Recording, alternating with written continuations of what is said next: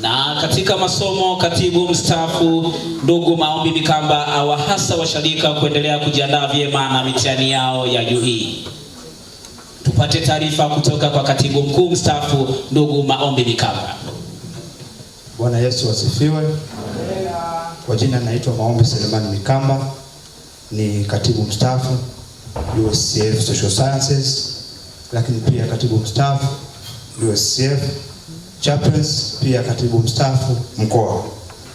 Basi sisi kama wanafunzi wa Chuo Kikuu cha Dodoma katika andaki zetu kutoka Social Sciences, kutoka Senemus, lakini pia kutoka Koese, ni wakati wa mitihani sasa, mitihani ya UE ya kumaliza semester yetu ya pili.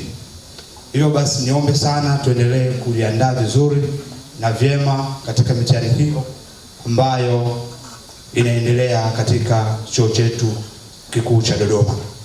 Kwa niombe tujisomee vizuri.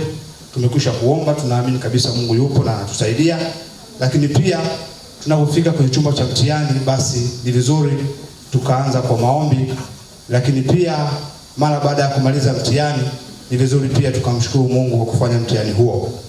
Lakini pia ni wasihi sana sisi wanafunzi wa Chuo Kikuu cha Dodoma, lakini pia kama watumishi wa Mungu, tusiwe na malalamiko ya namna yoyote.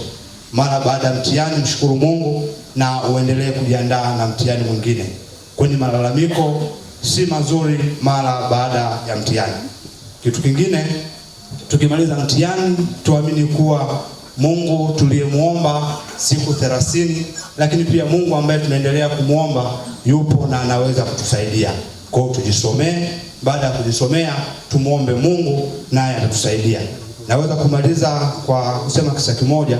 Yupo mfungwa mmoja ambaye alitakiwa kunyongwa, akapewa adhabu kwamba je, tukunyonge au tutafute nyoka mwenye sumu kali akung'ate ili uweze kufa kwa haraka. Hata kama ni mimi kwa uhalisia ningechagua nyoka mwenye sumu kali. Lakini sasa yule mtu akafungiwa kwenye chumba. Baada ya kufungiwa kwenye chumba akasikia, akaambiwa suni tu kuna nyoka mwenye sumu kali atakuja.